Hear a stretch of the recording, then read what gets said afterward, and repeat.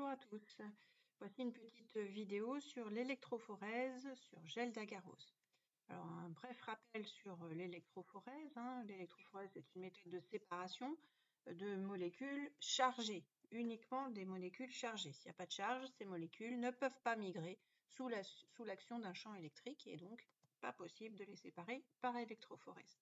La migration dépend de plusieurs paramètres, la charge, la taille ou encore l'encombrement de la molécule. Selon qu'elle est compacte ou déroulée, la molécule va migrer plus ou moins loin. Concernant l'électrophorèse d'agarose dont on va parler aujourd'hui, elle est principalement utilisée pour mettre en évidence des fragments d'ADN. On peut éventuellement l'utiliser pour séparer de grosses protéines, mais moi je ne traiterai que l'ADN dans cette vidéo. Alors, le gel d'agarose est constitué donc de longues chaînes d'agarose, l'agarose étant un polyoloside hétérogène, c'est-à-dire un glucide constitué d'un motif que vous voyez affiché là, constitué de 2 galactoses, alors légèrement modifiées, qui sont polymérisées, répétées sous la forme de longues chaînes. L'agarose est extraite d'une algue brune et est de la famille, on retrouve l'agarose dans la gélose agar-agar qu'on utilise en microbio, mais là on l'utilise purifiée. Donc l'agarose à l'état pur se présente sous forme d'une poudre blanche que l'on dissout dans un tampon. Lorsque l'on porte à ébullition, la solution devient translucide et lorsqu'on laisse refroidir, ça va gélifier. Ce gel est relativement stable, il est possible de le faire fondre en portant à ce moment-là la température à plus de 100 degrés. Alors, si on regarde au niveau moléculaire, en quoi consiste ce gel d'agarose, en fait, les molécules d'agarose polymérisées forment entre elles donc des espèces de chaînes qui s'intercalent, qui se recoupent et qui forment comme les mailles d'un filet. Plus on met d'agarose dans le gel, plus le degré de réticulation, c'est-à-dire le nombre de ponts, le nombre de nœuds que ça forme entre les chaînes, est élevé. Et donc, plus le degré de réticulation est élevé, plus les pores, PORE, les mailles du filet, les trous du filet, seront étroits. Donc, plus on met de pourcentage d'agarose dans le gel, plus on crée un gel avec des mailles petites. C'est ça qu'il faut retenir.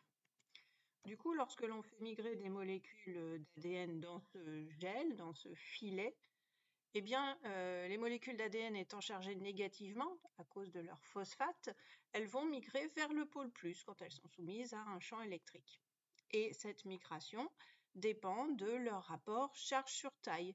Enfin, comme en fait la charge dépend uniquement des phosphates, à chaque fois qu'on rajoute un nucléotide, on rajoute un phosphate, une charge négative, et finalement la charge est directement proportionnelle à la taille. Donc on dit qu'on sépare les molécules d'ADN en fonction de leur taille, mais pas seulement.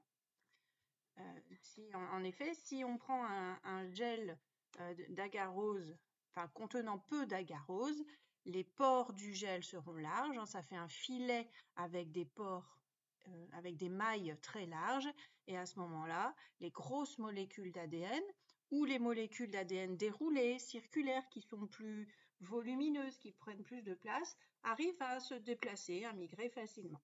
Mais à l'inverse, si on met beaucoup d'agarose, on va créer un gel plus compact avec des mailles petites, serrées, et à ce moment-là, seuls les petits fragments d'ADN, donc petite taille, ou des fragments d'ADN compacts, surenroulés, vont pouvoir migrer, et les gros de tout à l'heure, ou l'ADN circulaire, n'arrivera pas à migrer.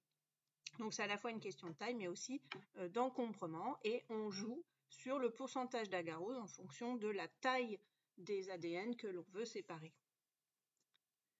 Alors, pour faire une électrophorèse, on commence par couler un gel d'agarose. Donc pour cela, on mélange justement la quantité d'agarose que l'on souhaite utiliser par rapport à la taille de l'ADN dont on a parlé tout à l'heure.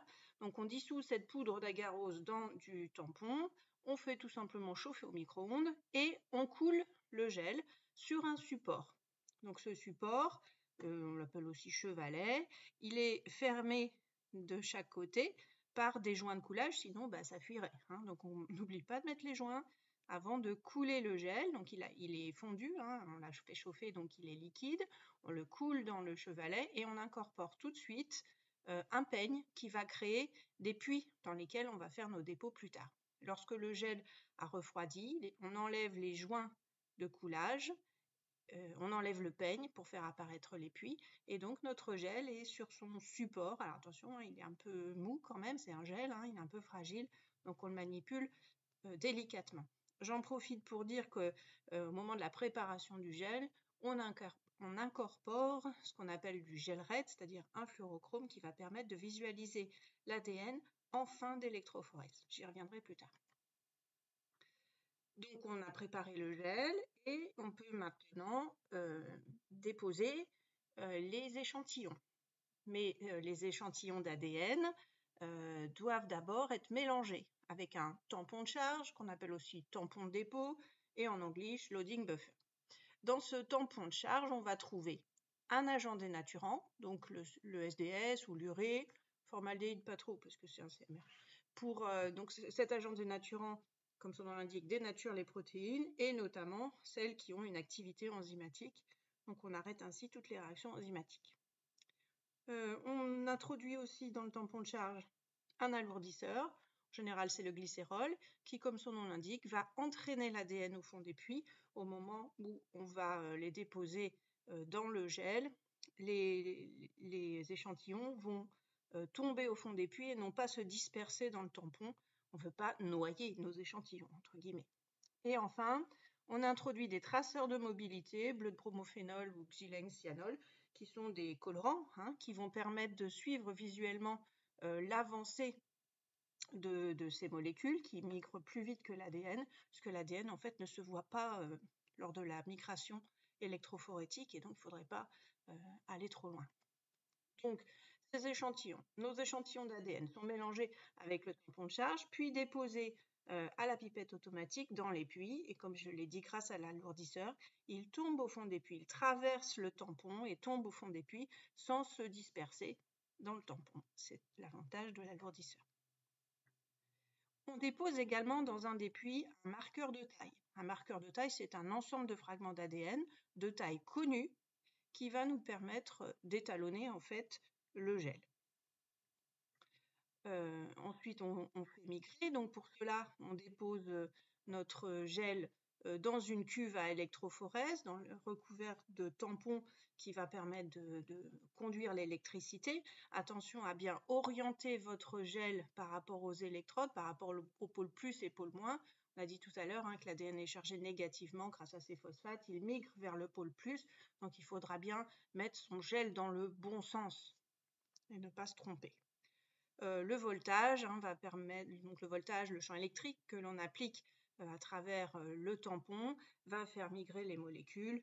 Bon, on dit que pour un gel de 8 cm, le voltage optimal c'est 40 volts. Mais pour gagner du temps, souvent, on booste un petit peu. Mais attention de ne pas trop booster parce qu'on pourrait faire fondre le gel. De même, si le tampon que l'on a mis autour du gel est trop concentré, eh bien, on peut faire fondre son gel. Donc on suit grâce aux marqueurs de traçabilité l'avancée des colorants bleu de bromophénol et xylène-cyanol et on arrête la migration avant que les molécules n'atteignent le bout du gel, évidemment.